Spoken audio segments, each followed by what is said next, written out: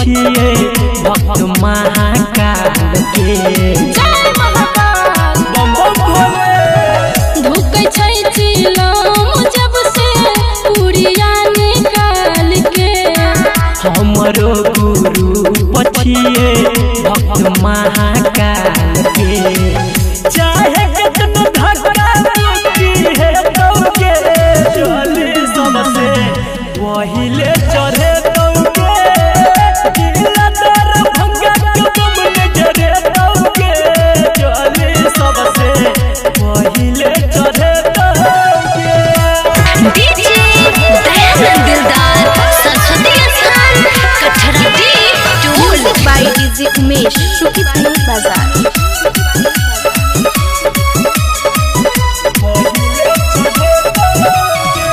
केकरो सास बस नहीं चलता मंदिर के गेट पर। हमरा नील मनुआ ले ले छोटा गेट पर। सब दुश्मनी बोलबा में निकल जाए। हरियाली है केकरो सास बस नहीं चलता मंदिर के गेट पर। हमरा नील मनुआ ले ले छोटा गेट पर। संत दुश्मन से नहीं टकरे तौके चले सबसे पहिले चढ़े तौके। जिला सहरसा के बम नजरे तौके चले सबसे पहिले चढ़े तौके। यार रंगदार हमर सबसे छैया गाड़ी रे।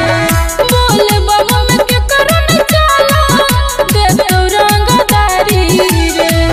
जिला सुपौल के बम नजरे तौके चले सबसे पहिले चढ़े तौके। जिला मधुबनी के बम नजरे तौके चले सबसे पहिले चढ़े तौके। देख लिए मधुबनी वाला के पावर। हाँ रे देख ले लियो।